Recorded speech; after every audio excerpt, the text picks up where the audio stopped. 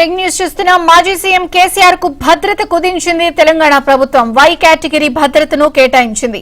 మాజీ మంత్రులకు ఇకపై 2+2 భద్రత మాత్రమే ఉంటుంది. మాజీ ఎమ్మెల్యేలకు పూర్తిగా భద్రత తొలగించారు. గన్మెన్లను వెనక్కి పిలిపించారు పోలీస్ ఉన్నతాధికారులు. ఏజెన్సీ ప్రాంతాల్లో ఎవరెవరికి భద్రత అవసరమనే అంశంపై ఉన్నతాధికారులతో సమీక్షించి నిర్ణయం తీసుకోనున్నారు అధికారులు. ఇంటెలిజెన్స్ నివేదిక మేరకు గన్మెన్లను కేటాయించనున్నారు.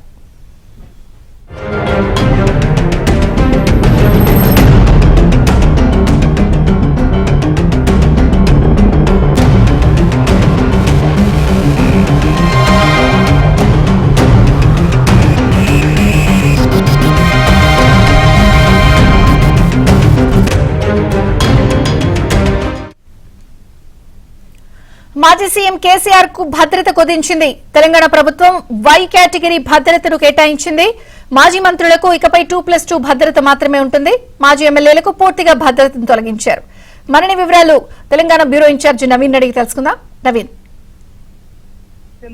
ముఖ్యంగా తెలంగాణ ప్రభుత్వం రాష్ట్రంలో ఈ ప్రముఖులకు అలానే రాజకీయ నాయకులకు, మంత్రులకు, మాజీ మంత్రులకు, ఎమ్మెల్యేల భద్రత విషయంలో కొంత సీరియస్ నిర్ణయం అయితే తీసుకుంది.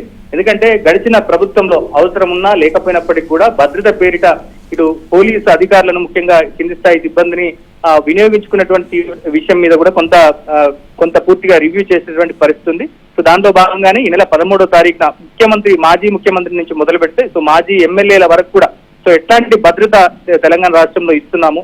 సో ఇప్పుడు వాళ్ళకు ఉన్నటువంటి థ్రెట్టే కావచ్చు, లేదా ఏజెన్సీ ప్రాంతాల్లో ఉన్నటువంటి ప్రజాప్రతినిధుల భద్రత అంశమే కావచ్చు, వీటన్నిటి మీద కూడా పోలీస్ శాఖ సీరియస్ గా రివ్యూ చేసింది. సో దాంట్లో కొన్ని నిర్ణయాలను కూడా తీసుకుంది. సో ఇప్పటి వరకు Z+ కేటగిరీ భద్రతలో ఉన్నటువంటి తెలంగాణ మాజీ ముఖ్యమంత్రి కేసీఆర్ కి ఇక మీద నుంచి వై కేటగిరీ భద్రతను కొనసాగించబోతున్నారు. సో దీంట్లో 4+4 గన్మెన్లతో పాటుగా ఒక కాన్వాయ్ కి సంబంధించినటువంటి ఒక వాహనం ఉంటుంది, అలానే ఇంటి దగ్గర సెంట్రీ ఉంటుంది.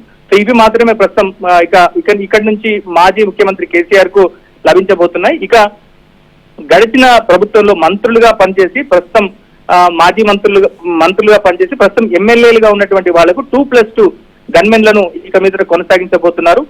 మాజీ ఎమ్మెల్యేలకు అలానే మాజీ కార్పొరేషన్ చైర్మన్లకి ఇక ఏ రకమైనటువంటి భద్రత ఉండదు. అంటే గన్మెన్లు కానీ అట్లాంటి వాళ్ళు ఎవరు ఉండరు. సో ఇక ఏజెన్సీ ప్రాంతాల్లో, ముఖ్యంగా మావోయిస్టు ప్రభావిత ప్రాంతాల్లో ఉన్నటువంటి ప్రజాప్రతినిధులు, అంటే మాజీ ఎమ్మెల్యేలే కావచ్చు, మాజీ కార్పొరేషన్ చైర్మన్లు కావచ్చు, ఇతరత్ర ప్రజాప్రతినిధులే కావచ్చు, వాళ్ళందరికీ మాత్రం భద్రత విషయంలో కొంత రివ్యూ చేసిన తర్వాతనే వాళ్ళకు ఉన్నటువంటి థ్రెట్ అలర్ట్స్ మేరకు మాత్రమే వాళ్ళకు భద్రత కొనసాగించాలా లేదా ఎట్లాంటి భద్రత ఇవ్వాలనే దాని మీద నిర్ణయం తీసుకునేటువంటి అవకాశాలు అయితే కనిపిస్తున్నాయి. సో మొత్తం మీద అంటే పోలీస్ శాఖకు సంబంధించి ముఖ్యంగా ఈ భద్రత విషయంలో గన్మెన్లని ఎట్లా పడితే అట్లా వాడుకోవడం కానీ, లేదా అవసరం లేనప్పటికీ కూడా కొంత సోషల్ స్టేటస్ కోసం భద్రత పేరిట గన్మెన్లను వాడుకునేటువంటి విధానానికి అయితే కొత్త ప్రభుత్వం అయితే స్వస్తి పలుకుతోంది. సో దాంట్లో మాజీ ముఖ్యమంత్రి నుంచి కూడా ఈ ప్రక్రియను మొదలుపెట్టింది. సో కేసీఆర్ ఇప్పటి వరకు ఉన్నటువంటి Z+ భద్రతను కాస్త వై కేటగిరీగా మార్చింది. మరోవైపు మంత్రులుగా గడిచిన ప్రభుత్వంలో మంత్రులుగా పనిచేసి ప్రస్తుతానికైతే ఎమ్మెల్యేలుగా ఉన్నటువంటి వాళ్ళకి కేవలం 2+2 గన్మెన్లు మాత్రమే ఇవ్వబోతున్నారు. ఇక మాజీ ఎమ్మెల్యేలకు అలానే కార్పొరేషన్ చైర్మన్లకు, మాజీ కార్పొరేషన్ చైర్మన్లకు ఇట్లాంటి వాళ్ళెవరికి కూడా భద్రతను కొనసాగించబోమని చెప్పేసి కూడా additional director general of police నిన్న 13వ తారీఖున ఒక ఉత్తర్వులు అయితే జారీ చేశారు. సో ఇప్పటికే దాదాపుగా 100 మందికి పైగా గన్మెన్లంతా కూడా ఇప్పటికే SWS లో అలానే CWS డిపార్ట్మెంట్ లో వాళ్ళంతా కూడా రిపోర్ట్ చేసినటువంటి పరిస్థితి ఉంది.